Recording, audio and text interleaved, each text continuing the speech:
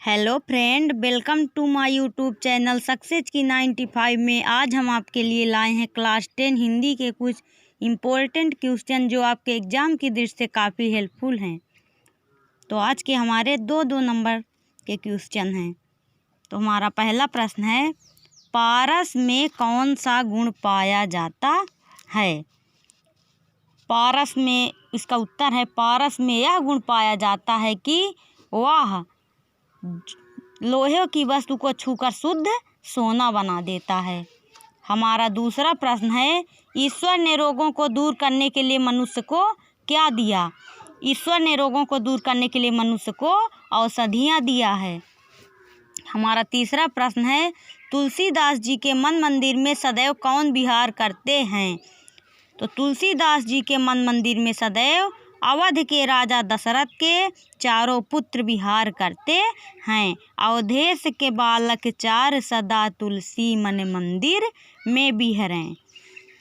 बालक राम किस वस्तु को मांगने की हठ करते हैं।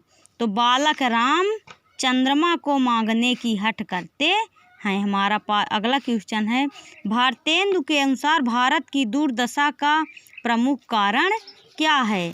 तो बैर फूट सो भयो सब भारत को नाश। भारतेंदु के अनुसार भारत की दुर्दशा का प्रमुख कारण आपसी बैर तथा फूट है।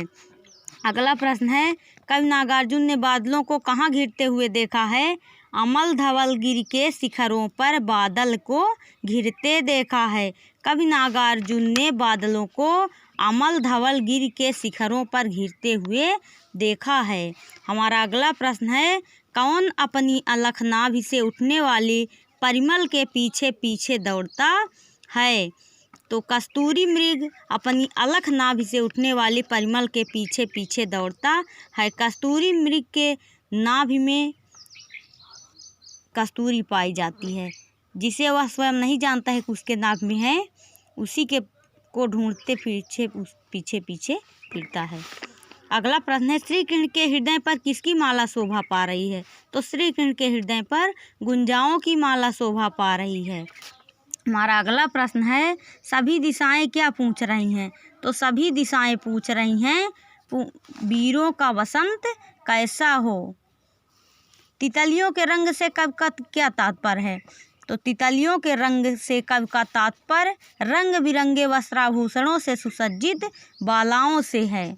हमारा अगला प्रश्न है, नाटक के कितने तत्व माने गए हैं। तो नाटक के मुख्य रूप से 7 तत्व होते हैं।